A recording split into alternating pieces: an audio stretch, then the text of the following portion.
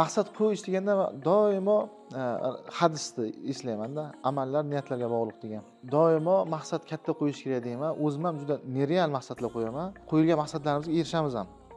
Mana 22-yil eslaylik kelamiz. 2022-yilga reja qilyapmiz. 22 boshida edi. Keyin bu yerda daftar olasan, bloknotga dedi, yillik rejalarni yozib chiqamiz. Mana oilaviy nimaga erishasan, biznesda nimaga erishamiz, shaxsiy o'zing nimaga erishasan, moddiy, biliming darajasida yozib chiqamiz. Bu qanchadir summa pul yozdida, men dedi Equinox olaman dedi. Menda miyamda Equinox olishga cheklov bor-da. Keyin men Gentra olaman deb yozdim. Oradan vaqt o'tdi, nimadir qildik, nimadir boshladik, ishladikda, yilda oxiriga bordikda bu Jetour oldi, rostdan Equinox narxidagi mashina oldi, men Gentra oldim. Keyin bir kun menga savol berdi, "Sen nima Gentra olding, bilasanmi?" dedi. "Pulim shunga yetdi" dedim. "Yo'q" dedi. "Sen yilni boshida noto'g'ri yozding" dedi. "Nima so'rasang shuni olasan" dedi.